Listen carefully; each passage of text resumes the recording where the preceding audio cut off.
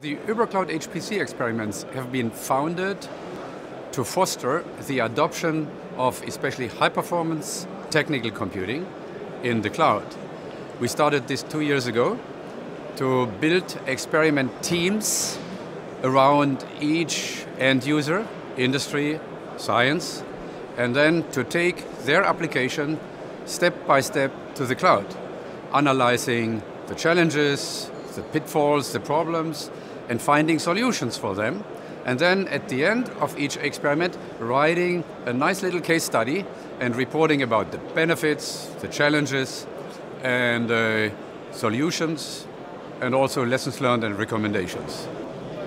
Now the next step is logically the App Store. So we are currently building an application store for the end users, which offers bundled solutions, engineering, scientific software on top, and then underneath specific cloud hardware resources with different options based on countries, for example, on location, regions, and based on also efficiency for parallel engineering applications, for example. This App Store already now contains a handful of offers, and we hope to extend this by the hundreds over the next 2 years.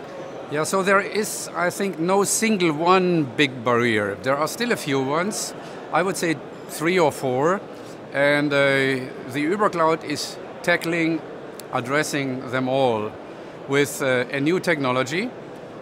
We use open source containers based on Linux, where an end user can package his or her application, the data, libraries like MPI and visualization, then close them and compress them, encrypt them, and then move it over into the cloud securely, where they are opened, and from your desktop then you can submit your application jobs.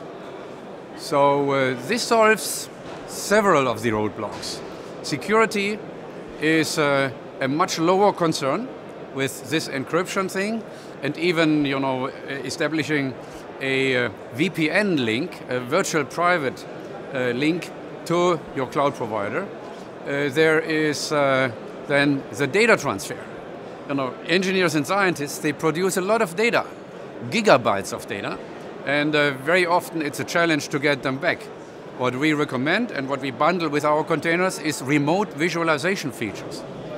So there is no big data transfer for that part of the process. Only a few megabytes of data are coming back in the form of a very nice picture. Another one, so we had security, we have big data. Another one is licensing. And I think these are the 3 most important ones. The current license models are based on annual perpetual licensing, but you don't want annual perpetual licensing obviously in the cloud. You use your application software for 1 hour, 10 hours, 100 hours, and you want just pay for what you use.